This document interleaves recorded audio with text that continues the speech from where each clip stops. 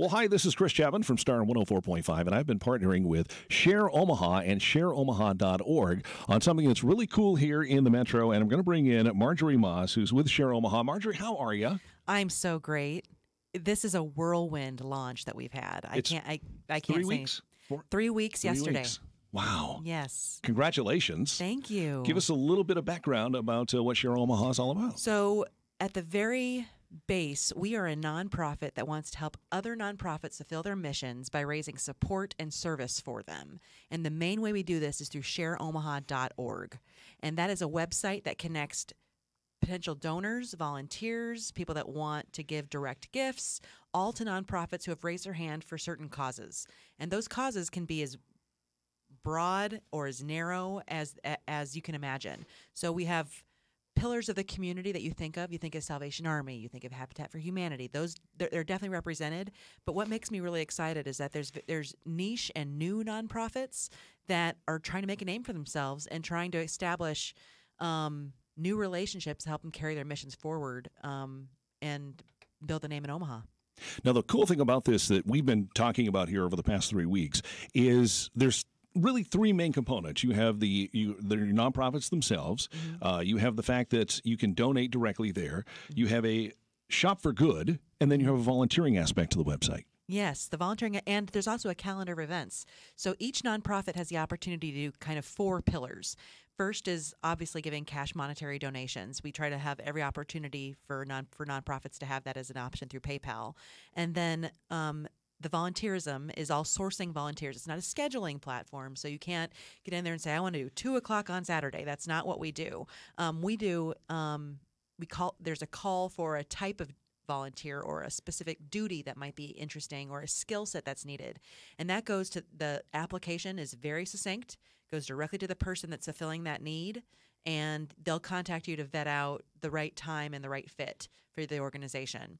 And then after that, it's Shop for Good, which is all like the best shopping. We call it the best shopping spree you can go on. So every nonprofit that has opted into doing that has a selection of items that rather than maybe giving a cash gift, it's using those same dollars to purchase something tangible for the nonprofit. So anywhere from what you would find at Walgreens to something you would find at Best Buy. And then finally, each profile has the option to list great events. And 2 of the nonprofits here today have some great events listed on their websites. All right, so we need to talk about that because you brought in some special guests here today that are a part of this. And we see that on the website, we saw there are over 226, I think, now nonprofits that are part of ShareOmaha.org. And you brought in these 2, and tell us who you got. We brought in 2 nonprofits that represent really different kind of sides of the community. And I'm really excited to bring in Mia Jenkins from Lauritzen Gardens. I can't wait to hear about what's new there and the dinosaurs that are there and all the events that they have planned and ways you can get tapped into their mission. And then I brought in Scott Anderson, the founder of At Ease USA, which deals with traumatic stress, and not just for veterans, for anybody interacting with a traumatic situation and how to overcome that, and really putting together big system changes regarding how that's addressed in the country. So very excited to have them both here. All right. Well, let's get right to it. So Mia, welcome officially here. Tell us a little bit about what's going on at Lauritzen. Well, on January 17th, we opened up Dinosaur Uproar, which is one of my favorite exhibits that we've done. It positions some incredibly realistic sculptures of dinosaurs that range in size from 14 inches to 33 feet, which it's interesting. It represents that shows that there's a diversity of life on Earth, even in like the Jurassic and Permian periods, just as there is today. And it positions them within the landscapes of the garden and among plants that have prehistoric roots. So just as, these creatures have this amazing history, we have plants that have survived through the ages and outlived the dinosaurs. And so we're able to showcase a little bit of a different side of our collection at the garden, especially some of our ferns and palms and things that have really great histories behind them and draw attention. A lot of those are foliage plants that sometimes guests might walk right by, but we kind of have drawn attention to them in a little bit different way. And it's just really an incredible life-size adventure. We've had a lot of great family attendance, but it's been enjoyable for both children and adults. And we sneak some educational components in there too. Oh, you wouldn't do that. Never. So what's it like partnering with folks at Share Omaha? Well, I always, we were started by a volunteer, and it was someone's idea in the community. They just had the seed of an idea that, and then actively engaged others. And I feel like that's kind of what Share Omaha is. And we really have grown by leaps and bounds just because of the generosity of our community. And we're still sustained by donations and time that people put into cultivating a botanical garden in Omaha. And so for us, it gets exposure to other other donors and people who might want to give their time, whether it's in our model railroad garden as an engineer or actively getting their hands dirty. But it's also kind of being part of that bigger sense of community that we exist for the enjoyment and education of the community as a garden. We're a great place to come and unwind and rejuvenate, but there's so many organizations that do good work, and so it's kind of an honor to be there with them as a whole. And this is such a great one-stop shop to generate awareness for all of us, and including the garden. Thank you so much. You said seed of an idea, cultivating a garden. I was like, look at Leslie. I saw what she did just there, but totally off the cuff. No notes. Oh no, absolutely, very natural. It's a gift you're just born with. But I love that there are large attractions that are also part of Share Omaha, as well as service and program-based nonprofits. And something that the community thinks of visually, but also I love that we really tried to curate this session to talk about not only something that is drawing in thousands of individuals, but something that appeals to thousands of individuals through a programmatic standpoint, Scott. I mean, appeals is a hard word because the entities and individuals that you work with and interact with are challenged by traumatic stress. And so maybe tell us a little bit about what Addie's does. Thank you. I'm really glad to be here, and also, like Lauritzen Gardens, really happy to be sort of a ground floor member of Share Omaha. Early adopter. Yes, exactly. Well, we're really excited about what Addie's is doing right now. We're really doing, I guess sort of three primary things. The first is that we're providing therapy and treatment both to individuals and groups. Initially, we started for post-traumatic stress disorder, and we started originally providing care for veterans, but especially for their loved ones who may not be eligible for the same benefits that combatants are. And we do that through great partners, including Lutheran Family Services and WCA and other great behavioral health partners in Omaha who are providing state-of-the-art, empirically proven treatments, and are really moving the needle. And but mainly providing treatment to people who might otherwise not be able to access it, either because it's not available to them or because there is a stigma within the military in particular that PTSD is not necessarily a comfortable thing to talk about. And part of it, too, is the illness itself. It breeds isolation. And that kind of brings me to the second thing that we're doing. We've been working on for, I guess, almost 4 years now, is a clinical trial of a treatment app technology to provide direct treatment for post-traumatic stress disorder that we want ultimately to bring to a smartphone. And the idea is so that the treatment can be accessible to people who literally cannot come to face-to-face treatment, just aren't healthy enough to do that, aren't well enough to do that. And so our objective is to provide treatment directly to the individual wherever they are. And as we discussed earlier, or as you mentioned earlier, Marjorie, we're now in our second phase of the clinical trial with Creighton University and a program that started with Tel Aviv University and Columbia University, and also I should mention University of Nebraska Medical Center. all have played pivotal roles in this clinical trial. The second phase that we're doing now is testing the same technology with women who are recovering from domestic violence, and also who have a clinical diagnosis of PTSD, but also with children and school-age children who have a clinical diagnosis of PTSD as a result of trauma in the household.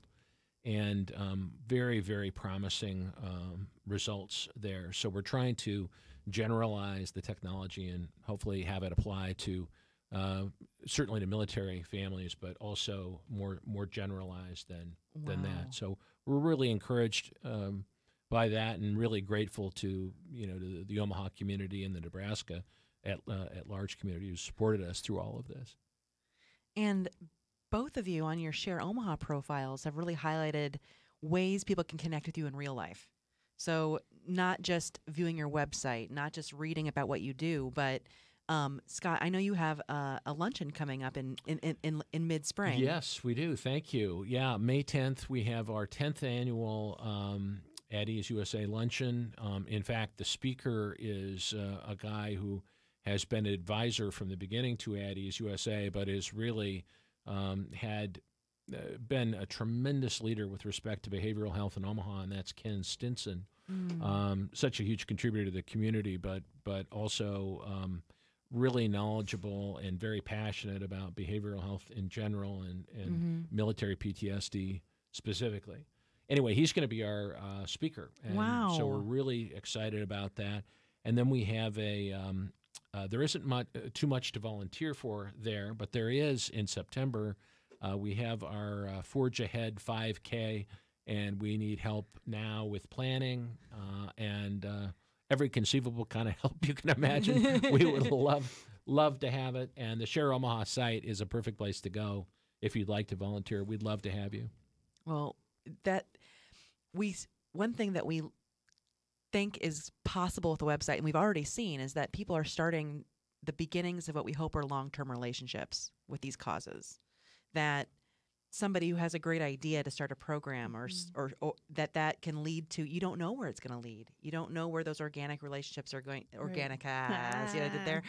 You don't know where those types of new human capital is going to bring to an organization when somebody decides that a cause or a passion point for them is something they need to reach out and work directly for that mission.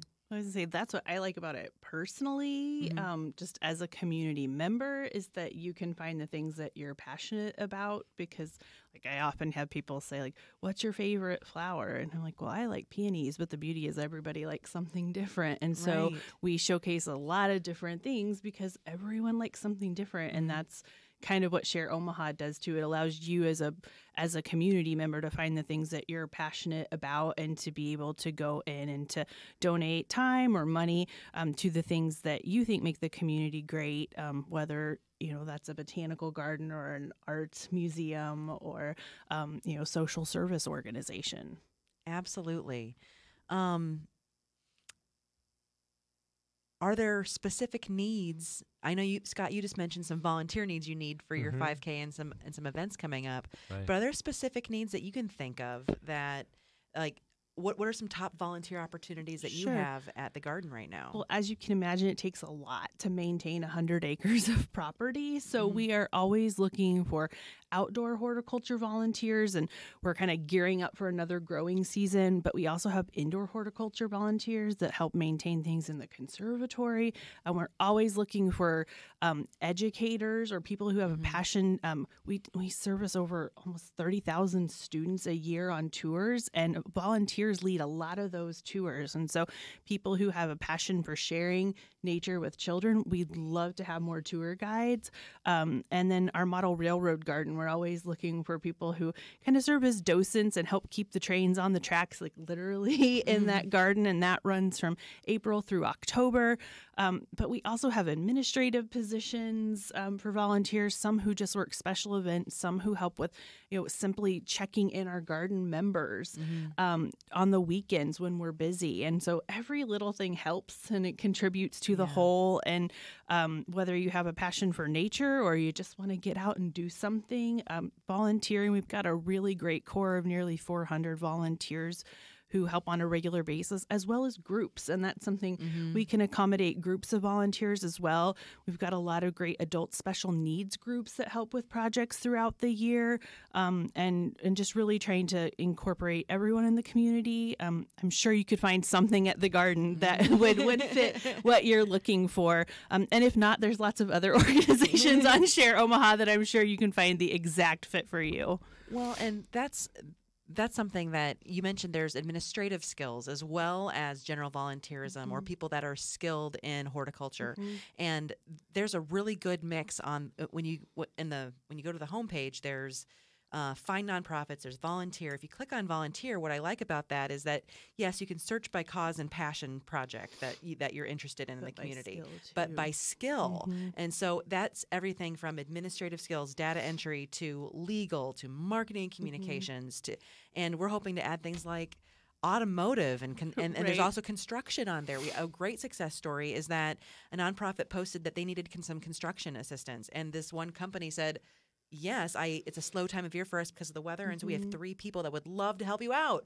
That's huge. That's a huge gift that organization doesn't have to pay for. Budget I think savings that's something stuff is about always great. Share Omaha to me is really impressive. Is that Marjorie and I were talking before the interview that there are a lot of great names, including Lauritzen Gardens, for example, that you might expect to find on this site. But there are also a lot of charities that I've never heard of.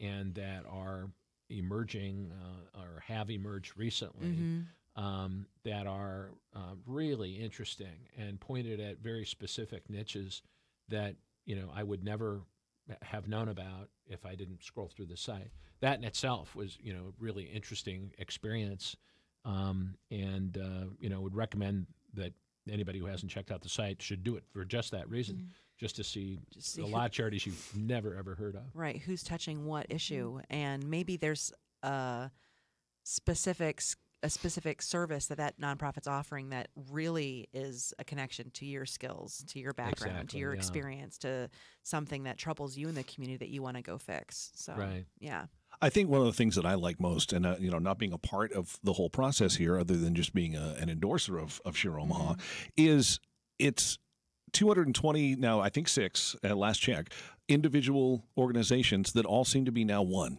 That the causes might be different, but the results are the same. That everybody here in Omaha is coming together to do good things, and whether it's as services or as an organization, it's nice to see everybody in one place, an aggregate for everything we want. It's really nice. Well, and the energy around it. The one thing I said before the launch was, we are excited. And I said, excited, excitement, and exciting are 3 words that I can't get out of my, I feel like I say them every 5 minutes, because it's the potential of what can happen with these types of relationships, with that membership on the website of 226 live organizations. We actually have 320 organizations total in our universe that are still working, some at subtract 226 from 325. So we have organizations that are trying to get their profiles ready. So when the public accesses them, there's something for them to actively do.